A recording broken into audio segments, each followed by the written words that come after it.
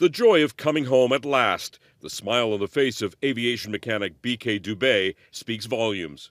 It's unbelievable. It's like really crazy. We're still not believing that we're back home.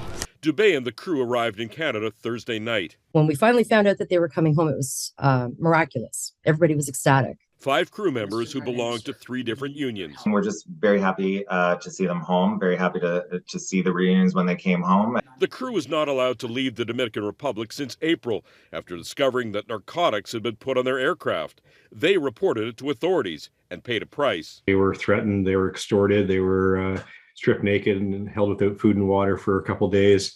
Then living in a series of safe houses, fearing for their lives. Last month, the Pivot crew learned they would not be charged. The head of the pilots union says air crews are at risk when they fly to the Dominican Republic, and Canadian authorities need to do something to change that. Making the expectation absolutely and abundantly clear that this cannot happen, and that absolutely, the government has to make that clear. Pilot Robert DiVinanzo, one of those returning, posted on social media, 8 months of hell.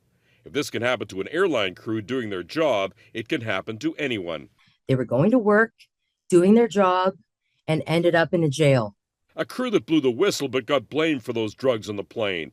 Drugs posted prominently by police after they were removed from the plane last spring.